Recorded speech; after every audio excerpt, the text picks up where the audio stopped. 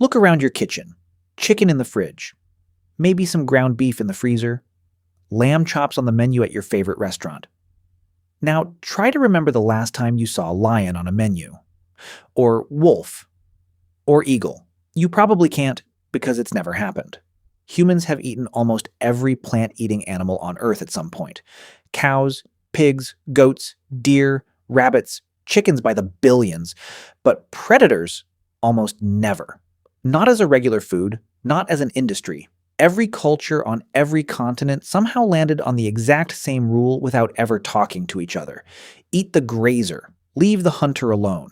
That's a strange coincidence if you think about it. A cow and a wolf are both just meat. Muscle, fat, protein.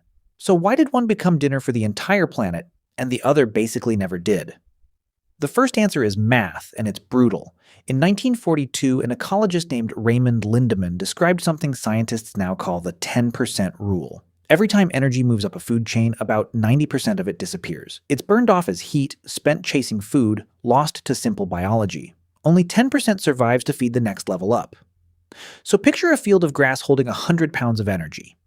That grass can support maybe 10 pounds of deer.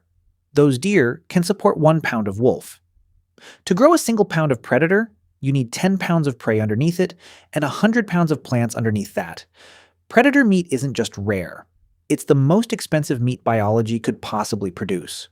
Raising a cow already costs years of land, grain, and water most people never think about. Raising a lion big enough to eat would mean raising and losing 10 times that amount of prey just to keep one predator alive. No society in history has ever had that kind of surplus to burn on a single food source. The energy simply doesn't exist to waste that way. But even if the math worked out, there's a second problem. It's already inside the meat. It's called biomagnification, and it's simpler than it sounds. Toxins in the environment don't vanish as they move through a food chain. They stack. A small fish absorbs a trace of mercury from the water. A bigger fish eats hundreds of those small fish and absorbs all of it at once. A shark eats hundreds of the bigger fish and absorbs even more. By the time you reach the top of the chain, you're looking at an animal that has spent its whole life quietly storing everyone else's poison. That's the actual reason doctors tell pregnant women to skip shark, swordfish, and king mackerel. Not because those fish are unhealthy by themselves, because they sit at the top of a chain that's been collecting toxins for years. The same thing nearly erased bald eagles from North America.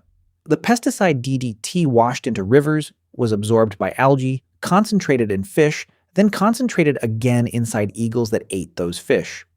By the 1960s, the poison had built up so heavily in their bodies that it thinned their eggshells until the eggs collapsed under their own mother's weight. Nesting pairs in the continental United States dropped to under 1,000 before DDT was finally banned in 1972. That's what a lifetime at the top of a food chain does to an animal's body. And this isn't a modern discovery. Arctic sled dogs have known for generations never to touch polar bear liver. Human explorers learned it the hard way. In 1911, members of Douglas Mawson's Antarctic expedition ate husky liver out of sheer desperation. They came down with splitting headaches, peeling skin, and organ failure. Doctors later identified it as hypervitaminosis A, a lethal overdose of vitamin A. Predator liver stores such an extreme concentration of it that a single meal can kill a person outright. Indigenous Arctic communities had avoided it for centuries. Science just eventually caught up to why. Then there's simply what the meat is like to eat. A cow spends its life grazing calmly. A predator spends its life sprinting, stalking, and fighting for every meal, and that constant stress floods its muscles with hormones that make the meat tougher, gamier, and strong-smelling. Hunters who've actually tried mountain lion or wolf tend to describe it the same way, something you could survive on, not something you'd choose. There's also disease. Predators eat the weak, the sick, and the old, which means they inherit every parasite those animals were carrying. Trichinosis, a parasitic infection once common in undercooked bear meat, is a direct result of that chain. Biologists have long flagged carnivore meat as carrying far more disease risk than meat from plant eaters for exactly this reason. Now, history isn't perfectly clean here. There are exceptions, and they actually prove the rule instead of breaking it. Bear meat has been eaten in parts of Scandinavia and North America for centuries, almost always in small amounts and cooked until it's essentially sterile. Lion meat has occasionally appeared in parts of Africa during severe famine, when every safer option had already run out. In nearly every documented case, predator meat only appeared once every other choice was gone. That's not a counterexample. That's confirmation. Even today, South Africa runs a legal lion farming industry, but it exists almost entirely to sell lion bones into traditional medicine markets in Asia, not to sell lion steak. Conservation groups have criticized it for years, and it remains one of the only serious attempts anywhere on Earth to farm a predator at scale. The fact that it's controversial, small, and built around bones instead of meat only shows how firmly the rest of the world walked away from this idea. And then culture stepped in and made the rule official. The Hebrew Bible's book of Leviticus explicitly forbids eating birds of prey, naming eagles, vultures, and hawks directly.